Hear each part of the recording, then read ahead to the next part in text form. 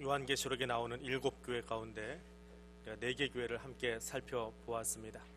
에베소, 서마나, 버가모, 두아디라 교회까지 살펴보고 우리가 잠시 멈췄는데요. 이 부활의 계절에 남은 3개 교회를 통해서 하나님이 우리에게 주시는 또 이 시대의 교회들에게 하나님이 하시는 음성을 다시 한번 듣기를 원합니다. 오늘은 4대 교회에 대해서 함께 살펴보려고 합니다. 우리가 흔히 알고 있는 죽은 교회라고만 알려져 있는데 그런 교회가 아니고 4대 교회는 남은 자, 남은 물건이라고 하는 의미가 있습니다.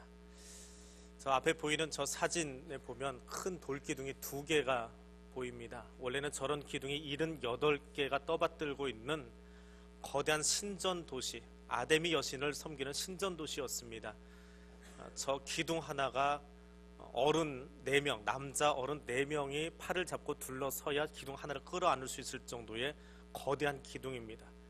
저것이 78개가 있으니까 얼마나 그 신전의 규모가 컸을지 미루어 짐작해 볼 수 있습니다.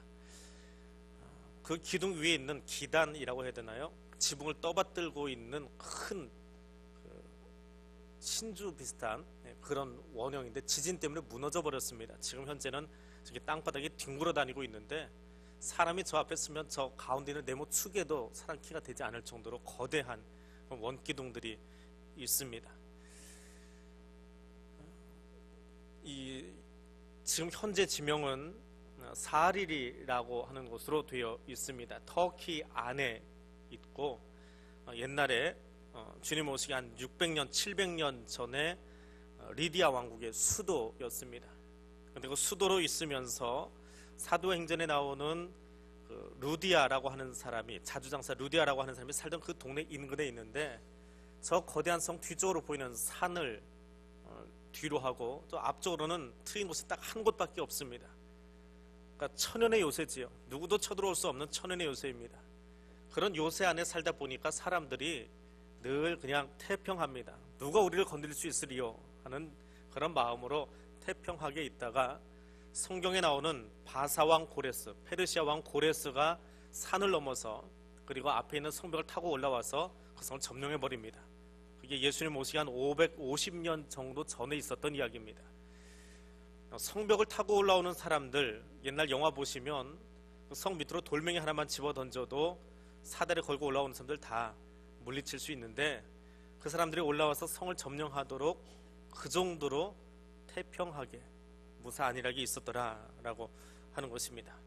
자, 그런 마음으로 살아가던 동네, 모든 사람들이 그런 마음으로 살다 보니까 교회 안에 들어온 사람들도 그 영적인 상태가 그냥 무기력하게 늘 있던 그대로, 늘 하던 대로 전통과 관습을 중요시하면서 그런 모양으로 살아가고 있던 교회, 그래서 흔히 우리가 죽었다라고 표현하는 교회가 이 4대에 있는 교회, 사리리에 있는 교회입니다. 아까 보셨던 그 거대한 신전들은 시벨리 그리고 아데미 여신에게 드려졌던 그러한 신전입니다. 지금의 형태로 남아있는 것은 예수님 오신 지 17년 되던 때, 주 17년에 지진 때문에 싹 무너져가지고 기둥 2개만 남고 나머지 76개 기둥은 다 땅바닥으로 넘어져 버린 그런 형태가 되고 말았습니다. 그리고 여러분 잠깐 보셨는지 모르겠지만 마지막에 다시 보여드리겠습니다. 그 사진 귀퉁이 아주 자그마한 빨간 벽돌집이 하나 있습니다. 사실은 그게 교회입니다. 저 거대한 저 성곽 전체가 교회가 아니고 그 옆에 귀퉁이에 있는 빨간색입니다. 아주 작은 건물인데 그것이 교회입니다. 저 사리리라고 하는 4대라고 하는 지역은 금 생산지로 아주 유명합니다. 21세기의 부자가 누가 있을까요? 빌 게이츠나 워렌 버핏 같은 사람들을 들 수 있다면 이 당시의 최고의 부자는 크로에수스라고 하는 왕입니다. 금으로 온몸을 치장했던 그런 왕이지요. 그 왕이 이 근처, 이 지역을 중심으로 해서 통치하고 있었습니다. 그만큼 금, 은, 보석 이거는 그냥 흔해서 굴러다닐 정도로 그렇게 부와 사치와 쾌락을 즐기고 살았던 그런 사람들입니다. 전쟁도 없다 보니까 굳이 기도할 생각도 하지 않습니다. 대한민국 교회도 그렇지요. 6.25 때나 일제시대에는 정말 뜨겁게 기도하고 그 그 나라를 살리기 위해서 만들어낸 것이, 나라를 살려보자고 모인 것이 금요철야이고, 이 나라를 회복시켜달라고, 독립시켜달라고 모인 것이 새벽기도의 시작이었습니다. 근데 지금은 모이질 않습니다. 그만큼 절박함이 없는 거예요. 나라에 대한 절박함이 없고, 어쩌다 개인의 문제가 있을 때에 좀 달려나오는 그런 모습으로 무기력증에 빠져버린 우리들의 모습도 볼 수 있습니다. 그래서 역사가들은 이 당시에 이렇게 무기력하게 빠져버린 주후 1세기의 4대 지역들을 바라보면서 하프 키고 기타 치고 소매상에서 먹을 것 사 먹는 그런 무기력한 사람들, 누디아 사람들이라고 말합니다. 전쟁의 승리에서가 아니라 평화가 진정 무엇인지, 즐거움이 무엇인지 제대로 알지 못해서 그냥 시간 가는 대로 그렇게 그 시간에 자기를 맡겨놓고 살아가고 있던 그런 사람들의 모습을 일컫고 있습니다. 그 무기력함이 교회 안에도 동일하게 들어옵니다. 소아시아의 다른 7교회들은 이단과 싸우느라고 바쁘고, 혹은 교회 안에 내분이 있어서 그 내분의 문제를 해결하느라고 교회가 영적으로 깨어서 책망을 받기도 하고, 또 그것 때문에 공부도 하지만 이단의 위협이 있나요? 교회 안에 다툼이 있나요? 늘 그렇게 평안하게 지내다 보니까 성경 공부도 하려고 들지 않습니다. 굳이 뭐 이단 공격도 없는데 뭐 모여서 뭐 뜨겁게 뭘 해보려고도 하지 않습니다. 그런 교회가 4대 교회입니다. 4대에 있는 교회, 4대 지역에 있는 교회입니다. 예전에 교회 이름은 다 마을 이름을 땄는데 그 사리리에 있는 교회라고 그렇게 평가하고 있습니다. 그래서 이 교회를 향해서 사도 요한이 1절에 이렇게 이야기하고 있습니다. 내가 살았다 하는 이름은 가졌으나 죽은 자다. 과거의 명성만 자랑하고 현재에 있어서는 아무것도 자랑할 것이 없는 교회, 그것이 4대 교회라고 하는 것입니다. 교회에서 차를 타고 한 20분 정도 구리 쪽으로 나가면 동군흥이라고 하는 큰 조선시대 군왕의 왕릉 집단 군락지가 하나 등장합니다. 초등학생 때 거기를 걸어서 소풍을 다녔습니다. 왜 소풍 가면 맨날 무덤 옆으로만 갔는지 그때는 참 별로였는데, 요즘 가서 보니까 참 커요. 왕릉이 진짜 큽니다. 조선시대 왕조실록에 의하면 왕의 능은 경복궁에서 궁궐에서 100리 이내에 둔다라고 하는 법이 있습니다. 태조가 그렇게 만들어 놨습니다. 이성계가 궁궐을 떠나고 싶지 않았던 것 같습니다. 그래서 경복궁에서 100리를 계산하다 보니까 이제 구리에 태조 이성계의 묘가 생겼고, 그때부터 왕 9명, 왕후까지 해서 17명의 무덤이 거기 집단으로 모여있는 조선시대 왕릉 가운데는 가장 큰 군락지가 이 동군릉이라고 합니다. 그래서 왕이 9이다 그래서 동군릉인데, 가서 보면 그런 생각이 들어요. 그 조선시대 초반에 한 나라를 떵떵거리고 호령하던 그 사람들, 부러울 것 없이 모든 것을 누리고 권력과 부를 누리고 있던 그 사람들이 지금 그 무덤 안에 들어가 있는 그 모습을 바라봅니다. 얼마나 그때 떵떵거리고 살았는지 그 앞에 그 비석들이나 혹은 신하들의 돌로 만들어진 모양들, 그것이 그때를 살았던 왕의 권위를 이야기해 주고 있지요. 4대 교회도 마찬가지입니다. 과거의 경험을 자랑합니다. 과거에 우리가 이렇게 살았습니다. 웅장하고 부흥했던 것 같습니다. 그런데 실상 지금은 죽어있는 교회라고 하는 것입니다.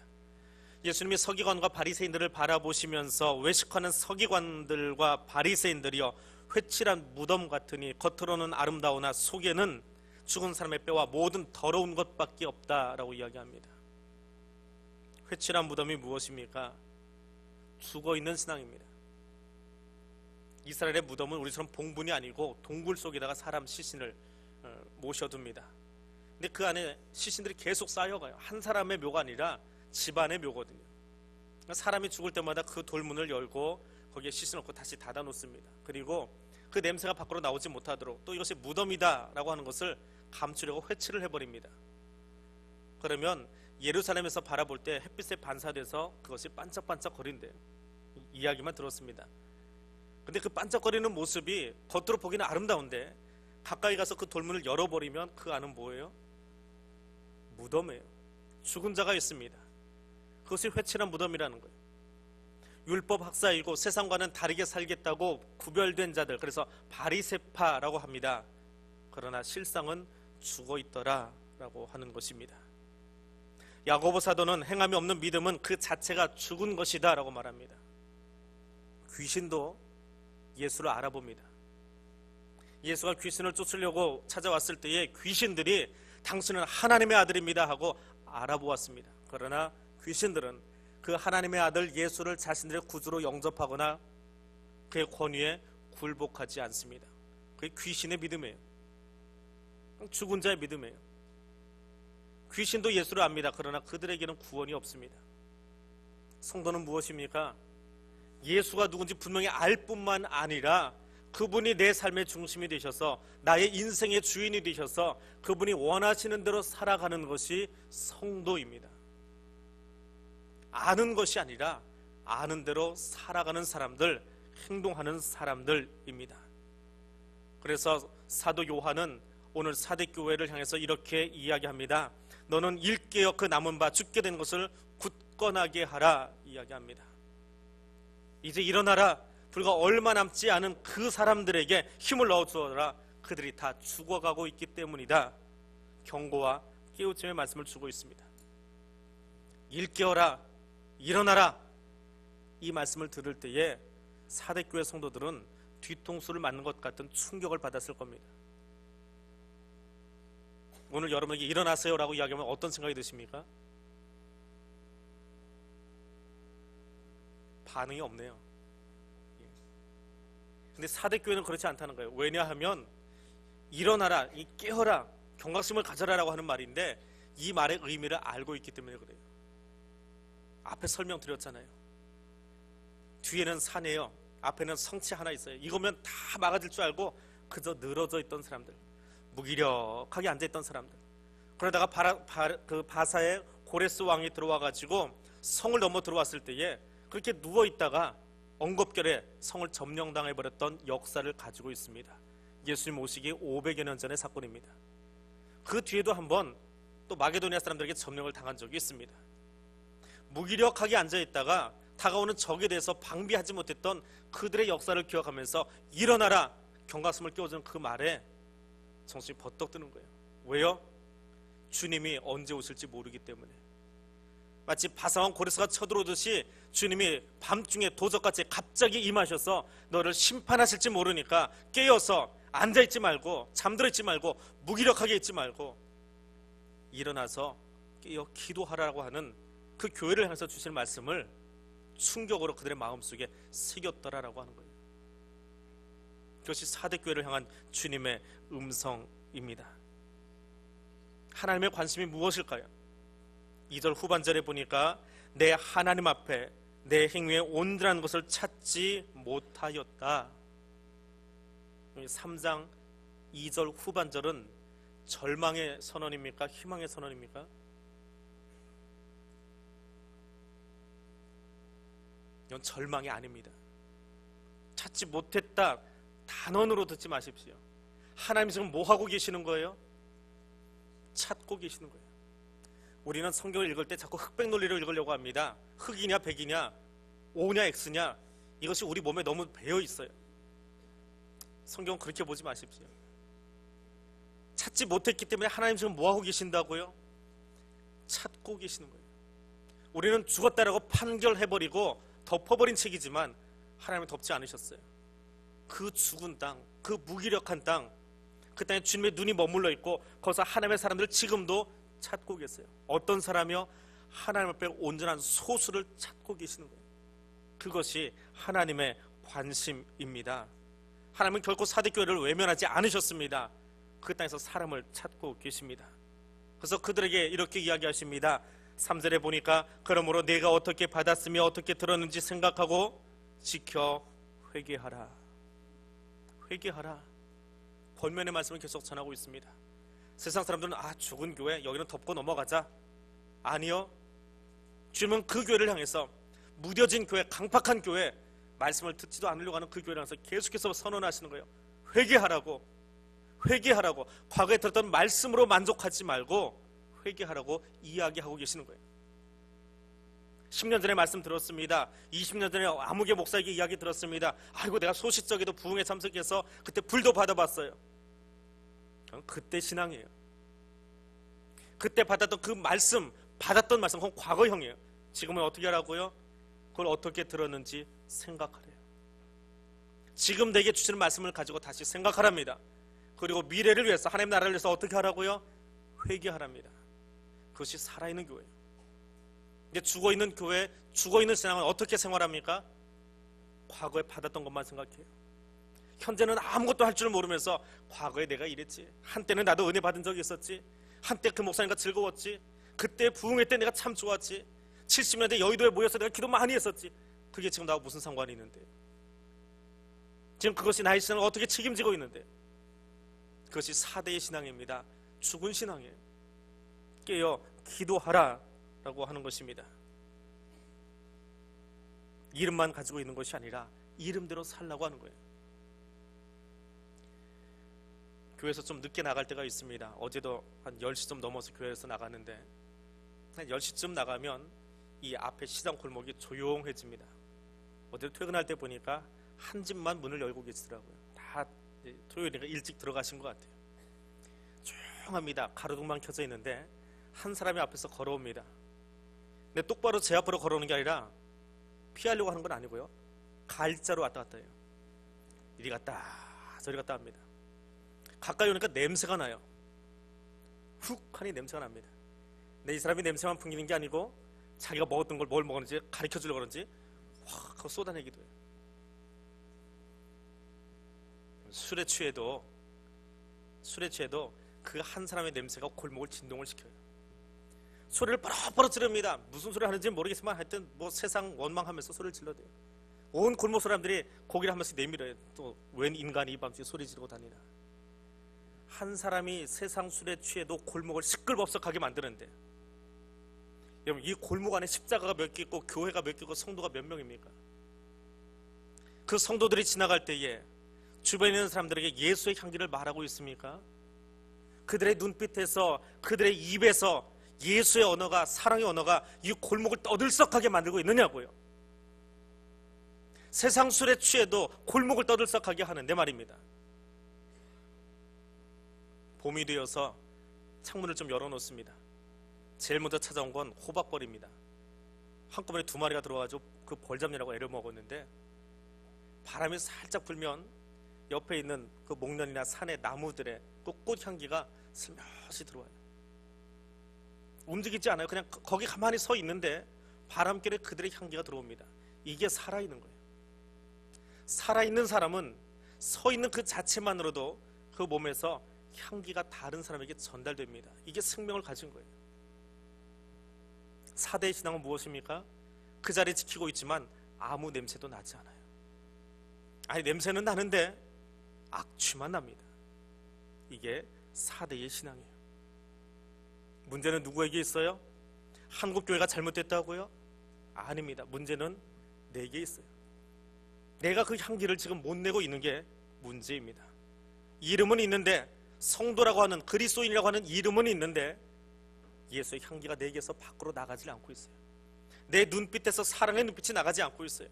내 입에서 세상적인 언어는 많이 쏟아지고 있는데, 모여서 말은 하는데 예수의 언어로, 은혜 받은 언어로 말하는 것이 아니라 세상이 하리라고 바빠서 그리스도인들이 모이나 세상 사람들이 모이나 거기는 시끌벅적한 장터밖에 되지 않고 있습니다.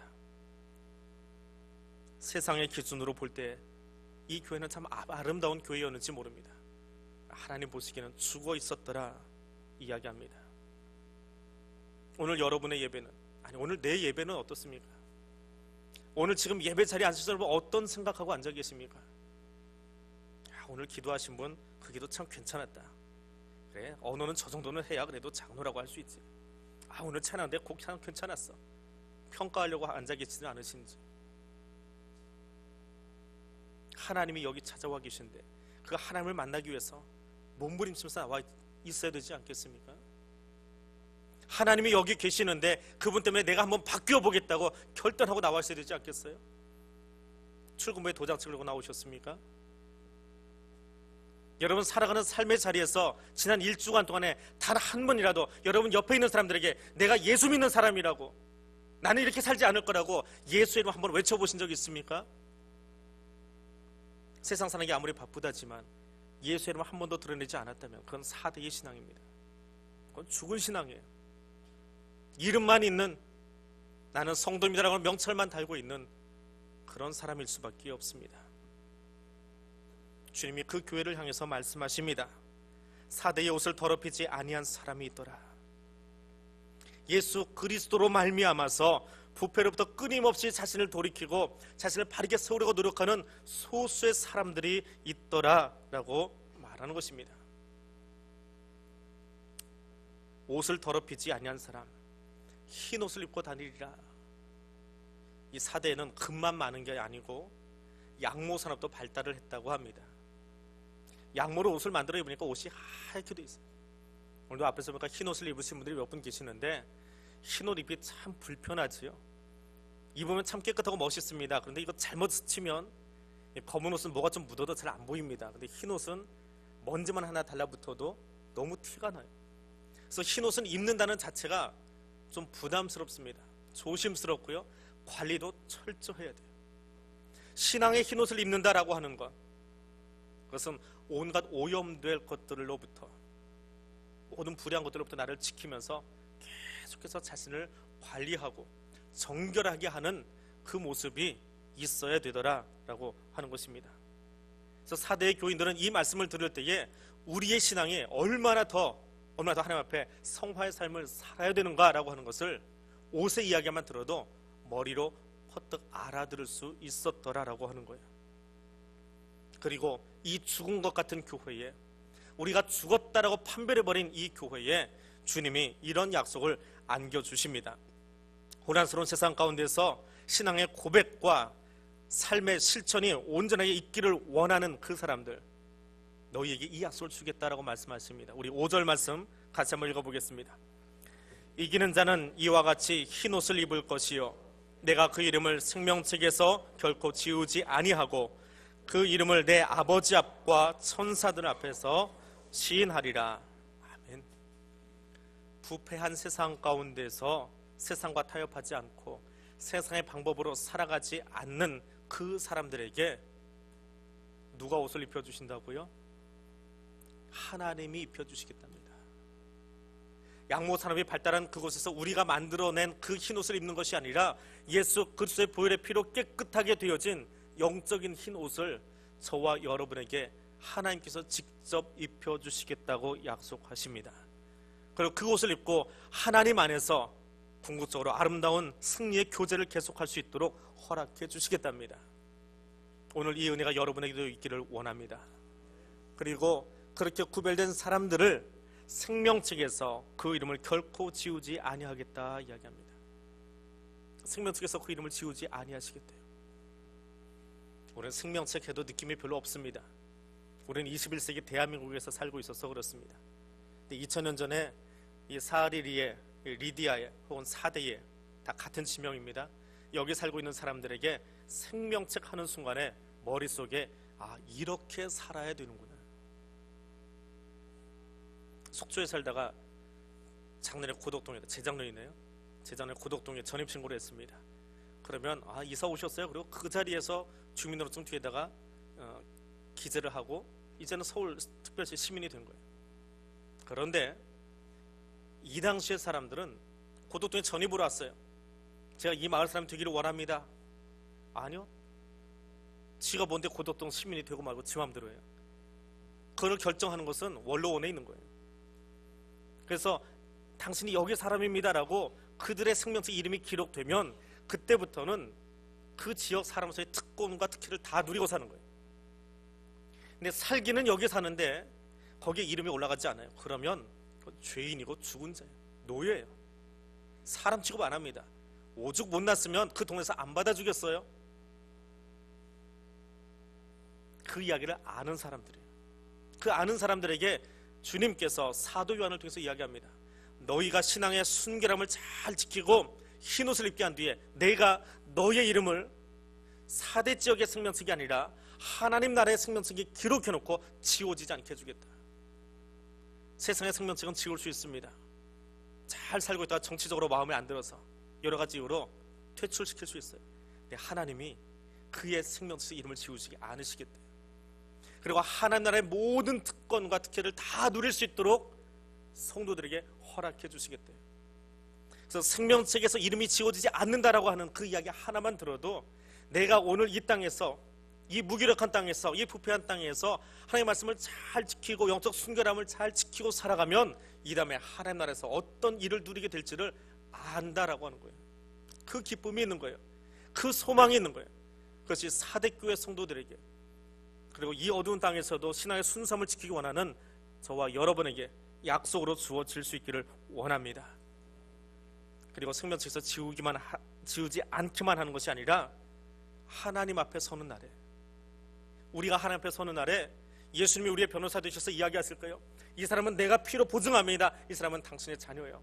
아버지의 자녀, 이 사람 받아주세요 라고 이야기하면 천사들이 옆에 있다가 맞아요, 우리 성자 예수님이 하신 이야기가 맞아요, 나도 보증할게요 라고 천사들마저도 손을 흔들면서 날갯짓을 하면서 받아주도록 허락해 주시겠대요. 그것이 5절의 축복의 말씀입니다. 이 약속의 말씀이 오늘 저와 여러분에게 동일하게 주어질 수 있기를 원합니다. 그리고 그 약속을 믿고 이 마지막 때를 살아갈 수 있는 여러분 될 수 있기를 원합니다. 사람들은 교회를 자꾸 떠나갑니다. 떠나가는 이유가 참 여러 가지입니다. 예배가 지루해서, 설교가 지루해서, 실제적이지 못해서, 교인들이 위선적이고 불친절해서, 교회 유익한 프로그램이 없어서 프로그램 찾아서 교회를 떠돌아다닙니다. 맞는 말입니다. 20세기 초반만 해도 교회는 세상을 리드해 나갔습니다. 근데 지금은 교회가 세상에 끌려다니고 있는 것 사실입니다. 그럼에도 불구하고 우리 눈을 다시 떠서 볼 수 있기를 원합니다. 하나님은 그 땅을 여전히 보고 계시기 때문에 그래요. 사진을 다시 한번 보십시오. 사대라고 하는 지역, 사진 띄워주세요. 저게 지금 현재 찾아간 사릴이라고 하는 곳에 우리가 4대 교회를 찾아가면 저 지역을 찾아가게 됩니다. 원거리에서 찍은 사진인데요, 저 큰 돌기둥 2개가 지진 후에 남은 것이고 옆에 있는 것들이 78개 기둥 중에 남아있는 것들입니다. 저 웅장한 아데미 신전이 700년, 주전 700년 전에 세워졌어요. 고레스 왕에게 한번 점령당하고 그 뒤에 또 한번 점령당하고 예수님 오신 다음에 주후 17년에 지진으로 다 무너져 버렸습니다. 그리고 저 상태가 됐어요. 그런데 예수님 승천하신 뒤에 그의 영향을 받고 그의 말씀을 받았던 사도 바울이 제자를 키웁니다. 그 제자 중에 한 사람이 7 집사 중에 한 사람이 되었고, 그 집사 가운데 한 사람이 저 기둥 왼쪽에 보면 자그마한 건물이 하나 있어요. 빨간색 건물입니다. 저게 교회예요. 저 옆에 큰 게 교회가 아니고요, 저 옆에 있는 게 교회예요. 저기 교회를 세웠습니다. 거꾸로 생각해 보십시다. 우리는 사대교회는 죽은 교회다라고 판단해버리고 접어버렸습니다. 영적으로 메말라버린 땅입니다. 우상이 가득한 땅입니다. 최대의 아데미 신전이 저렇게 세워져 있습니다. 저기가 교회 개척지로 합당합니까? 오늘 우리가 만약에 교회를 개척한다면 어디다 교회를 세우려고 할까요? 건물이 있고 삐까번쩍한 곳에, 사람 많은 곳에 가려고 할 겁니다. 근데 초대 집사 가운데 한 사람, 바울의 제자 가운데 한 사람이 저 신전 옆에 저 처소를 세웠습니다. 저기는 가면 20명이나 30명만 들어가면 딱 알맞을 만한 정말 작은 기도소밖에 되지 않아요. 분명 죽은 땅입니다. 얼어붙은 땅입니다. 근데 왜 저기에 저 교회가 세워졌고요, 하나님은 거기서 왜 소수의 사람들을 찾고 계셨을까요? 거기가 복음이 필요한 곳이기 때문에 그렇습니다. 그 무기력한 땅, 그 절망의 땅, 그 죽음의 땅, 거기도 하나님의 사람들이 세워져야 했기 때문에 7 집사 중에 한 사람이 저곳을 찾아갔습니다. 죽어버린 것 같지만 여기도 하나님의 생명이 필요하기 때문에, 여기도 복음이 필요하기 때문에 울면서 그곳에 찾아가 바울이 기도했고, 요한이 그곳에서 복음을 증거했고, 거기 교회가 저렇게 남아 있었습니다. 오늘 대한민국 참 힘듭니다.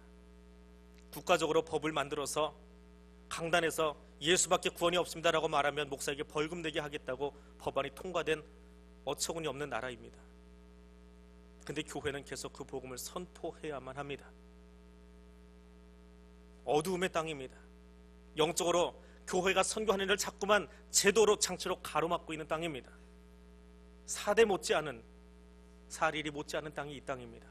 그런데 교회는 선교하고 복음을 증거해야 됩니다. 왜요? 하나님이 이 시대에 자신을 구별하고 흰 옷을 입고 주님 앞에 나아갈 소수의 사람들을 찾고 계시기 때문에 그렇습니다. 오늘 우리 교회가 그러하기를 원합니다. 그리고 앞으로 우리 교회가 세워갈 교회들이 그러하기를 원하고, 오늘 우리가 도와야 될 선교사들이 그러하기를 원하고, 우리가 돕는 작은 교회들이 그러하기를 원합니다. 어둡다고 하지만, 절망적이라고 하지만, 그럼에도 하나님의 관심을 가진 그 소수의 사람들 때문에 주님이 이 교회를 들어 말씀하신 것처럼 오늘 우리가 또 나 한 사람 한 사람이 그 일을 함께 감당할 수 있기를 원합니다. 그래서 4대 같은 지역이지만 그러나 이곳에 정말 하나님이 기뻐하시는 나라, 정말 하나님의 마음을 시원케 해드리시는 그런 교회, 그것이 대한교회가 되어지고 우리 성도들이 되어지기를 주님의 이름으로 부탁드립니다. 기도하겠습니다. 전능하신 하나님, 마지막 날 주님 앞에